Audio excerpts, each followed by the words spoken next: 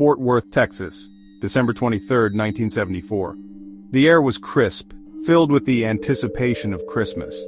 At the Trelica household, 17-year-old Rachel, already married and a vision of youthful innocence, prepared for a day of Christmas shopping. Joining her were two friends, 14-year-old Renee Wilson, bubbling with excitement, and 9-year-old Julianne Mosley, tagging along for the adventure. Little did they know, this festive outing would be their last.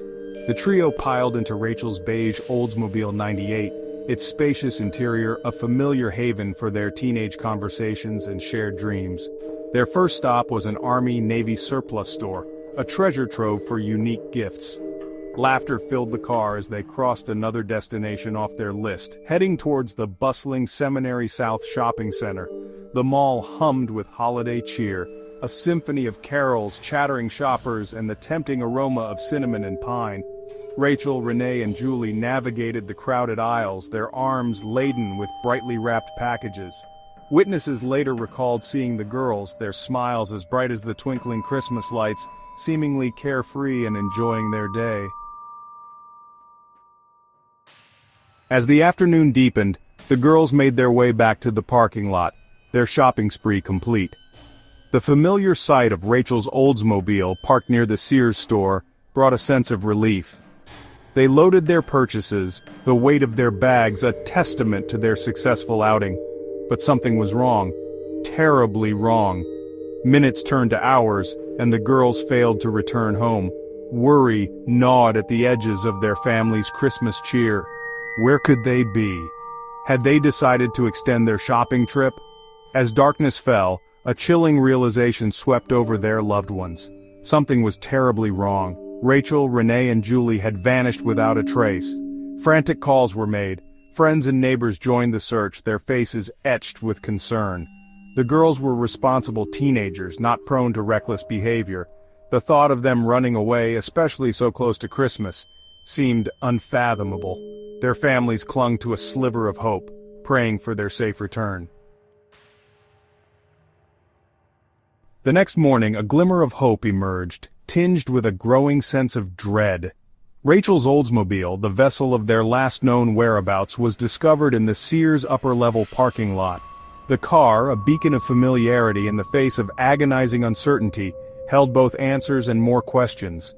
Inside the vehicle, investigators found the girls' Christmas purchases, neatly arranged as if they had just been placed there. The discovery deepened the mystery. Why would the girls abandon their belongings, especially the gifts they had carefully chosen for their loved ones? The car, instead of providing solace, became a haunting symbol of their sudden and inexplicable disappearance. The Fort Worth Police Department launched a full-scale investigation, their initial presumption of runaway teenagers quickly dispelled by the perplexing circumstances. The presence of the gifts, the lack of any signs of struggle, and the girls' out-of-character absence pointed towards something far more sinister. The case of the Fort Worth missing trio, once a local concern, began to garner national attention, gripping the nation with its chilling ambiguity. Days turned into weeks, each agonizing hour marked by a deafening silence. Just when the family's hope began to dwindle, a glimmer of possibility emerged from the abyss of uncertainty. A letter, penned in shaky handwriting and addressed to Rachel's husband, Tommy, arrived at the Trelica household. The words, etched on the lined paper, sent a collective shiver down the spines of those who dared to hope. "I know I'm going to catch it, but we had to get away," the letter began, its tone both apologetic and unsettling. "We're going to Houston, see you in about a week. The car is in Sears' upper lot. Love, Rachel." The letter, a beacon of hope in a sea of despair, quickly became a source of contention. Was it truly from Rachel, penned in a moment of youthful indiscretion? Or was it a cruel hoax, designed to mislead investigators and inflict further pain on the grieving families? The answer, elusive and shrouded in doubt, held the key to unraveling the mystery that had captivated the nation. The families of Rachel, Renee, and Julie found themselves trapped in a relentless nightmare. Christmas, once a time of joy and celebration, became a painful reminder of their unbearable loss. The empty chairs at the dinner table, the unopened presents beneath the tree, served as constant reminders of their shattered dreams. Judy Wilson, Renee's mother, refused to believe her daughter had run away. Renee, she insisted, would never willingly miss her new boyfriend's Christmas party, an event she had eagerly anticipated. Renee's new boyfriend just gave her a promise ring, and it was the happiest time of Renee's life. Rayanne Mosley, Julie's mother, echoed the sentiment, her heart aching for her little girl who had simply wanted to spend the day with her sister. Frances Langston, Rachel's mother, clung to the hope that her daughter was alive, held captive somewhere against her will. The thought of Rachel, a young wife with her whole life ahead of her, being subjected to unimaginable horrors, fueled her determination to find her. The families, united by grief and a shared desperation, vowed to never give up their search, their love for the missing girls the driving force behind their relentless pursuit of the truth. Section 6. False Leads and Dead Ends. As weeks melted into months, the investigation into the disappearance of the Fort Worth missing trio hit a wall. Despite numerous leads, tireless efforts from law enforcement, and the unwavering dedication of the families, the case remained shrouded in mystery. False hope became a cruel companion, each dead end amplifying the family's despair. A potential break emerged when a young man claimed to have seen the girls inside the mall, their faces etched in fear, accompanied by an unidentified individual. Could this be the missing piece of the puzzle, the clue that would lead investigators to their whereabouts? The lead, like so many others, ultimately led to a dead end, the witness's account unable to be corroborated. Psychics drawn to the high-profile case offered their insights, their pronouncements a mixture of vague predictions and tantalizing possibilities. A search near an oil well, prompted by a psychic's vision, yielded no results, adding to the growing sense of frustration and despair. The families, their hopes repeatedly dashed against the rocks of uncertainty, refused to give up, their resolve fueled by an unyielding love for their missing daughters. Section 7. Theories and Speculation. In the absence of concrete evidence, theories surrounding the disappearance of Rachel, Renee, and Julie swirled like dust devils in the Texas wind. Each theory, a thread in the intricate tapestry of speculation, offered a glimpse into a possible scenario, yet none could definitively solve the perplexing puzzle. Some whispered of a security guard, his demeanor suspicious, his whereabouts on that fateful day unaccounted for.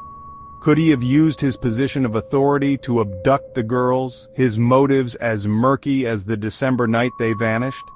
Others pointed to a possible connection to other missing person cases, suggesting the work of a serial predator, their depravity knowing no bounds. The letter, its authenticity perpetually debated, fueled speculation that the girls had orchestrated their own disappearance. Had they, caught in the throes of teenage rebellion, run away to escape the constraints of their lives only to meet a tragic end? Or was the letter a red herring, a cruel trick designed to derail the investigation and protect the true perpetrator? Section 8. The Unanswered Questions. Despite the passage of time, the case of the Fort Worth missing trio continues to haunt the annals of unsolved mysteries. The questions, as numerous as the stars in the Texas night sky, linger, their answers as elusive as the girls themselves. The passage of time has done little to diminish the pain, the void left by their absence a constant ache in the hearts of their loved ones. Why were the girls' Christmas presents left in the car? Was the letter truly from Rachel, or a cruel fabrication? Did someone they know have something to do with their disappearance? Was it a random act of violence, a case of being in the wrong place at the wrong time? The questions, like ghosts, refuse to be silenced, their presence a constant reminder of the unfinished business that haunts the families. The Fort Worth Police Department, though hampered by the passage of time, have never officially closed the case.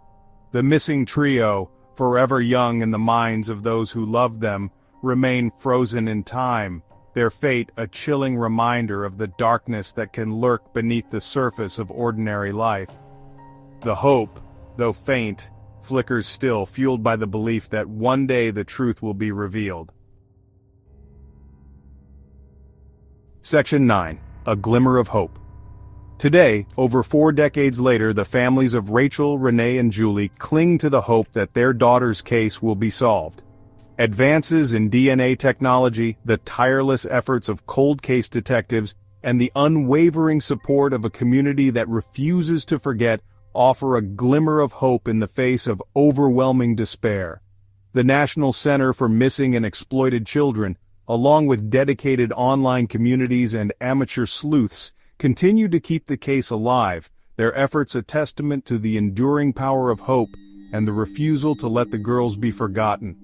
Every tip, every shred of new information, no matter how seemingly insignificant, is meticulously investigated, a testament to the belief that even the smallest detail could hold the key to unlocking the mystery. The families, forever bound by their shared loss, find solace in the knowledge that their daughters have not been forgotten. The memory of their smiles, their laughter, and their zest for life fuels their determination to seek justice and to honor their legacy. The case of the Fort Worth missing trio serves as a stark reminder that even amidst the joy of the holiday season, darkness can lurk, and that the search for answers never truly ends.